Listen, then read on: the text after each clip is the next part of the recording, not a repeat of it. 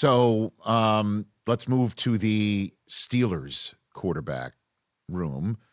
Mason Rudolph getting some run, but it really was all about Will Howard, who we have not seen since his national championship victory for Ohio State, and Drew Aller. What did you see out of both of these guys that could get Steelers fans thinking, okay, this is a quarterback room we can depend on post Aaron Rodgers?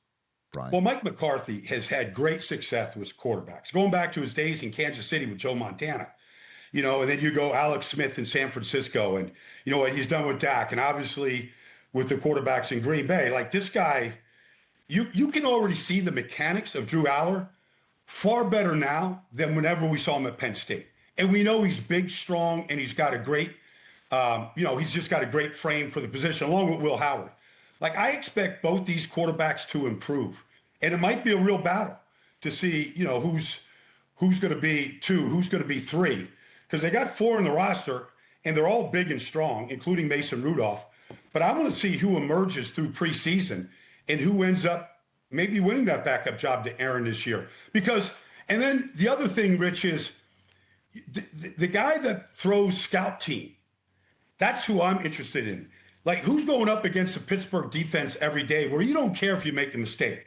You're just cutting it loose, and you're getting a lot of time to throw and go through reads and run offenses and different types of offenses. Like those guys that throw scout team tend to really improve and are on a pretty good arc to getting to the next step. Brian Baldinger here on the Rich Eisen Show. And then in that game, seeing 2 rookies at receiver that have some pop for a Steelers offense that seems to have been lacking big playability despite having even DK Metcalf last year. Jeremy Bernard, who was their 2nd-round pick. Yep. And then that kid Weegan from Iowa.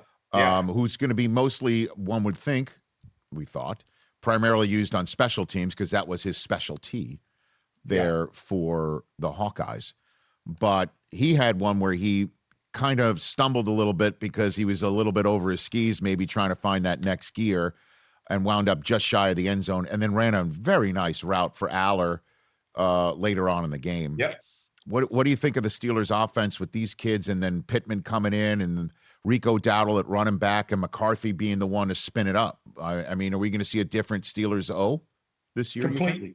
Well, first of all, they've upgraded the offensive line position across the board. But then James Campen comes in to be the offensive line coach. And Aaron had him in Green Bay. Mike McCarthy had him in Green Bay. He knows this system. And I think they're better up front, from Zach Frazier to McCormick, the whole group.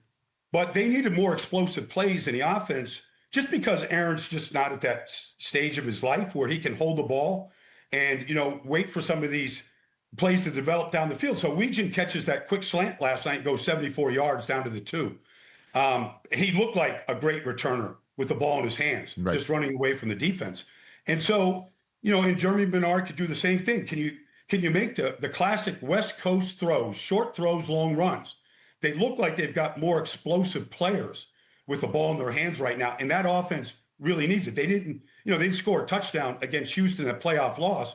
They couldn't get the ball down the field, and they couldn't get explosive plays in the passing game, and that has to change if they want to compete for this division. Hey, you made it all the way to the end. Thanks for that. Check us out every single weekday on Disney+, the ESPN app, and ESPN Radio. And be sure to now check out richeisenshop.com to see all of our latest apparel and accessories so you can rep your love of the show every day.